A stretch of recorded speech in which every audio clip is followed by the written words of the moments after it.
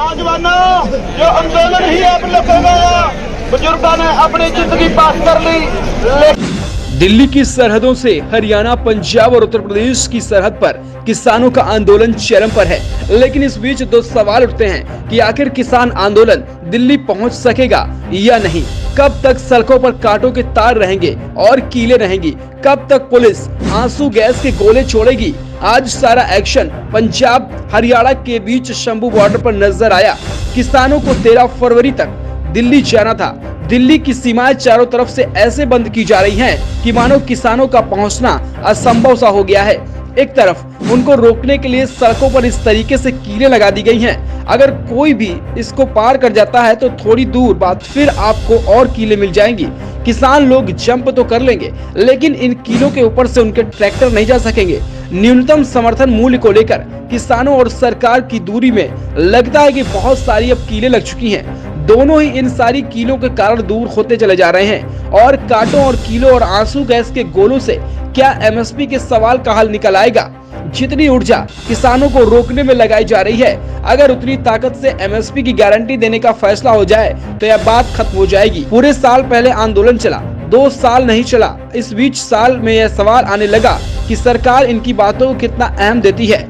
एक देश एक कानून होना चाहिए तो क्या एमएसपी की गारंटी क्यों नहीं दी जा सकती?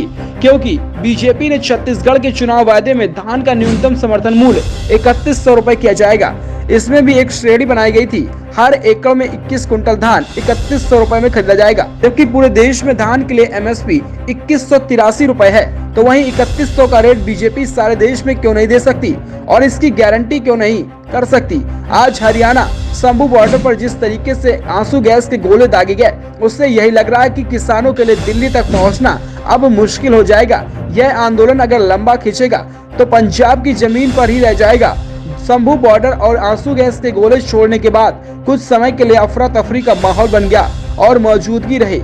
इसलिए किसकी तरफ से क्या हुआ इसकी सटीक जानकारी भी नजर नहीं आई। इसके बाद भी किसान नेता कहते रहे कि अलग अलग हिस्सों से 7 से 8 हजार ट्रैक्टर शंभू बॉर्डर पहुंचने वाले हैं। रुक रुक कर आंसू गैस के गोले छोड़ने की खबर आती है, लेकिन पंजाब से शंभू बॉर्डर पर किसानों का पहुंचना जारी है।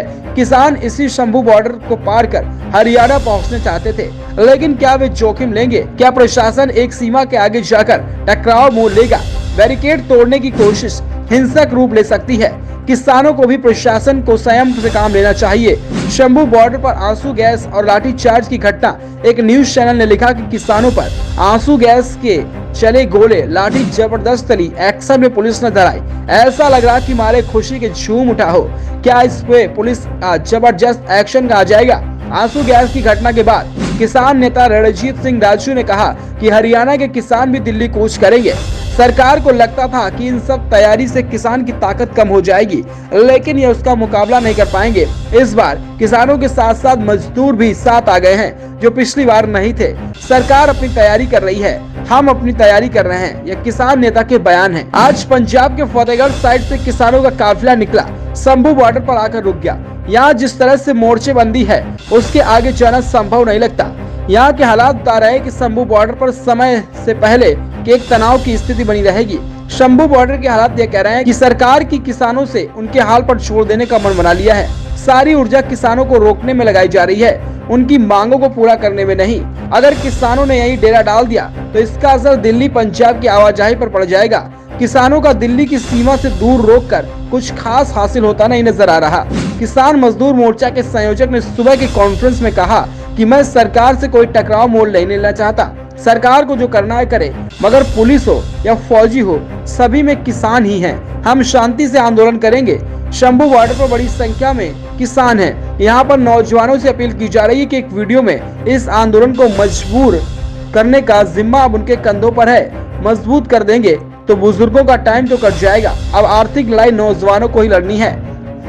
नौजवानों, जो आंदोलन ही आप लोगों का बुजुर्गों ने अपनी जिंदगी पास कर ली, लेकिन आने वाले समय के अंदर जो आर्थिक लड़ाई का आंदोलन अपन लड़ रहे हैं, जो आप लोगों के संयम के ऊपर मेरी अपील है पुरजोर, आप लोगों की लीडरशिप वो लीडरशिप जो कोई बैरिकेड तोड़ने वाली लीडरशिप, जान की बाजी लाने से करने वाली लीडरशिप नहीं है। आप लोगों ने पिछले आंदोलन में भी देखा, आज भी देखने को मिलेगा। लेकिन मेरी बेनती है, आम खा के अंदर 2020-21 के साल में किसान मोर्चा का आंदोलन चला था। उसमें शामिल कई प्रमुख संगठन इस बार नहीं आए हैं और कई प्रमुख नेता और उनके चेहरे भी दिखाई नहीं दे रहे हैं, जो चुनाव से दूर हैं। भारतीय किसान यूनियन उपग्रह इससे दूर नजर आता है। इस बार मोर्चे का नाम संयुक्त किसान मोर्चा गैर राजनीतिक रखा गया है। उससे अलग होकर भी किसानों की मौजूदगी में बहुत फर्क तो नहीं दिखता। सरकार शुरुआत से ही गैर राजनीतिक संयुक्त मोर्चा से बात कर रही है, तो इसका मतलब यह है कि अपना होमवर्क ठीक करना जरूरी हो गया है। इस बीच हरियाणा में प्रवेश करने के रास्ते करीब सील कर दिए गए हैं। दिल्ली से लेकर हरियाणा तक धारा 144 लागू है। रास्तों पर लंबे समय से ट्रैफिक जाम। हरियाणा पुलिस ने कहा कि इस बार पुलिस बहुत अच्छे से तैयारी कर चुकी है।